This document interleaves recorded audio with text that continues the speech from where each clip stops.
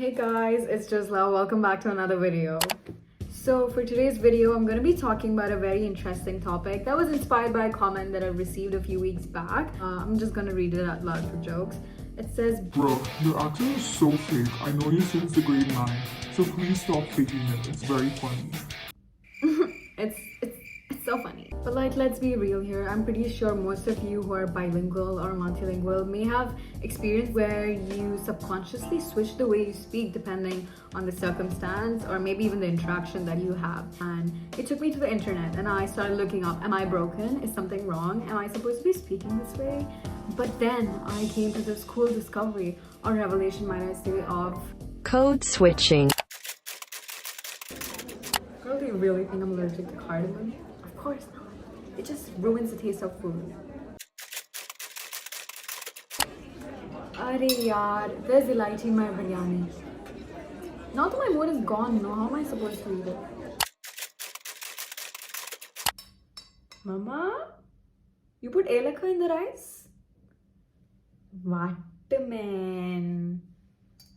So what you saw there, friends, basically is code switching in a nutshell. You may still be confused, like, what is code switching? Just like, come on, I don't even know what it is. I don't want to look it up. Well, I've done the research for you. So according to Britannica, code switching is the process of shifting from one language or dialect to another, depending on the social context or conversational setting.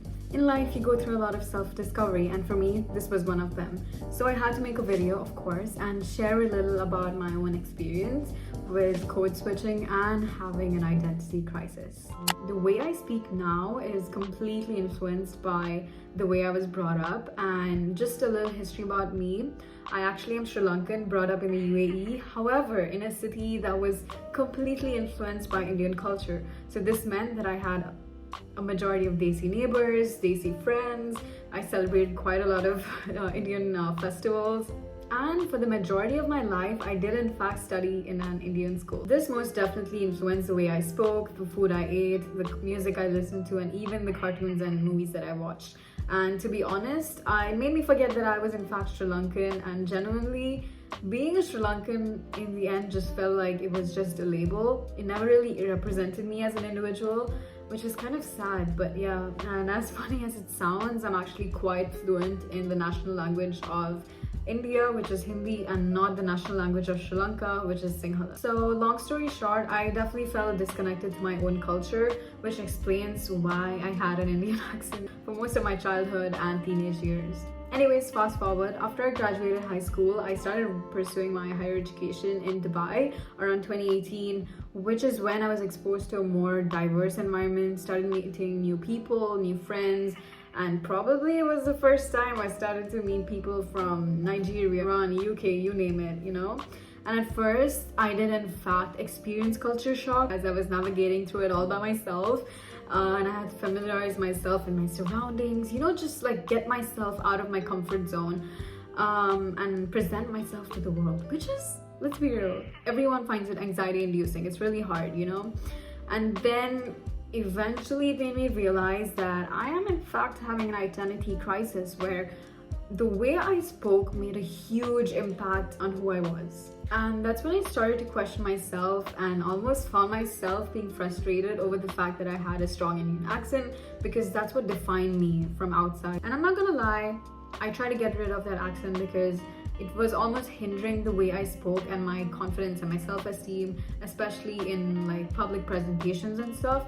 So eventually I, had to adapt to a more common English dialect, which I felt the most comfortable in. And honestly, I'm gonna embrace the little Desi spice that I have in me. Because yeah, I do like slip in some Indian words, or I speak an Indian accent with my friends, so I'm just gonna embrace it. If I have it in me, so be it, And yeah, the TV shows, the media, and the content that I consume definitely influence the way I speak now, which is completely fine. If that makes me sound fake, so be it. As long as I maintain my integrity, that's all that matters, I don't need your approval anyways. Damn! I also found this definition by Harvard Business Review quite interesting.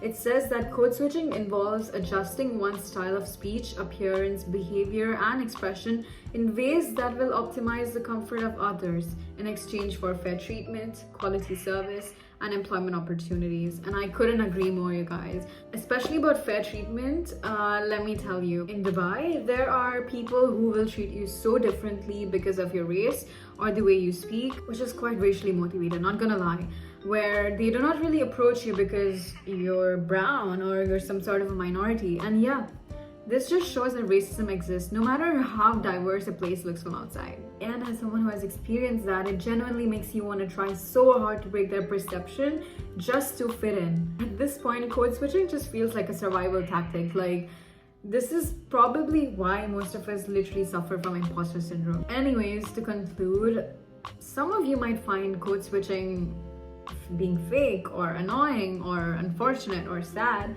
but to be honest, it's just the byproduct of globalization, you know. People will adapt to their surroundings and, you know, maybe learn a new language or learn a new dialect or try to fit into their surroundings. Like, I personally think it's beautiful, you know. I think it's like a freaking skill, and you guys who don't want to do it, just stick to who you are. Like, we can all coexist, you know what I'm saying? Like, it's not that big of a deal, but here I am making a video about it. And yeah, I can go on a tangent about this, but I'm gonna stop. I really hope you guys enjoyed this video, found it interesting, found it informative, or I don't know if you've even made it all throughout this, and if you have, drop a comment. I mean, and also to those who are gonna keep commenting on my accent, like, please grow up. Like, there's better things to worry about. Catch you guys on the next one. Bye.